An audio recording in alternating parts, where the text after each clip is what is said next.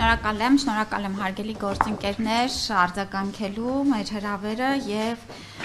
կարծում եմ շատ կարեւոր է մեր համագործակցությունը մեր ոլորտում իրականացվող փոփոխությունների մասով ճիշտ ժամանակին ամբողջապես եւ մեր քաղաքացիներին հետաքրքրող հարցերը բավարարելով ներկայացնելը դրա համար Այսօր ես կարճ խոսեմ մարզային բժշկական կենտրոնների ուրեմն մեր ենթակայության տակ անցնելու եւ առաջիկայում նաեւ որոշակի կառավարչական փոփոխությունների մասով այդ հատվածով նաեւ կլսեմ ձեր հարցերը հետո արդեն ապահովագրության հետ կապված կներկայացնեմ ինչ իրավիճակ ունենք եւ ուր ենք հասել Նախ ուզում եմ ասել, որ արդեն իսկ ավարտվել են ուրեմն առողջապահության նախարարության ենթակայության անցնելու բոլոր կազմակերպաիրավական եւ ձևակերպումները Եվ այս մասով մենք վերջին 6 ամիսներին մեծ աշխատանք ենք իրականացրել նույնական հաշվետվողականության ձև սահմանելու որպեսզի հստակ կարողանանք վերահսկենք մեր բժշկական կենտրոնների ինչպես առողջապահական գործունեության, այսինքն զուտ բուժական գործունեության կազմակերպման հետ կապված ցուցանիշները, այնպես էլ ֆինանսական ցուցանիշները, որը եւս շատ կարեւոր է։ Տեսեք, պետությունը հանդիսանալով փակ բաժնետիրական ընկերությունների հիմնադիր, առաջին հերթին իհարկե ունի նպատակ այդ բժշկական կենտրոնների օգնությամբ մաքսիմալ որակյալ բժշկական ծառայություններ մատուցելը։ Բայց ես ուզում եմ նաև շեշտադրել, որ մենք այս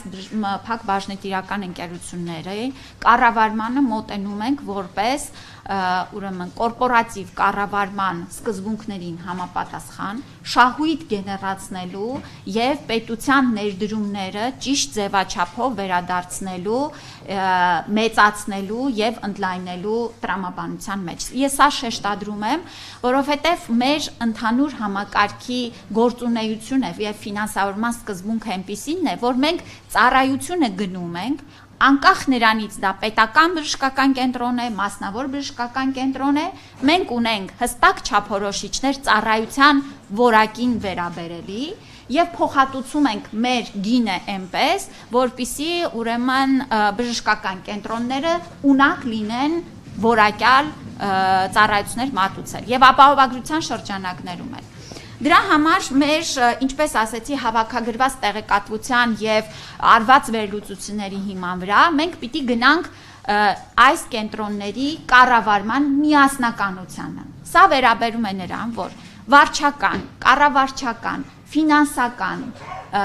տվյալները կառավարումը պետք է իրականացվի հնարավորինս խոշորացված ձևաչափով։ Ես միանգամից ուզում եմ փարատել բոլորի մտավախությունները, որ Որևէ բժշկական կենտրոն չի փակվելու, որևէ բժշկական կենտրոն չի կրճատվելու եւ բոլոր բժշկական կենտրոնները շարունակելու են մարզային գործել իրենց տեղերում, շենքերում եւ տեղակայման վայրերում։ Շատ կարեւոր է, որտեւ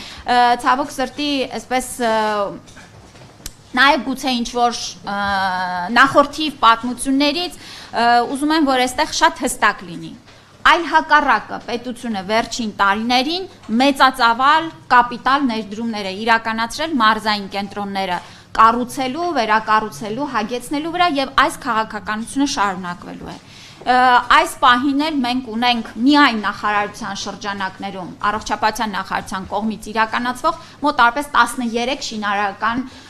ուրեմն ծրագրեր, որոնք որ շարունակելու ենք եւ նաեւ մեր գործընկերները քաղաքաշինության կոմիտեն եւ ՀՏԶՀ-ն իրենց մասերով այս գործընթացը շարունակվելու է։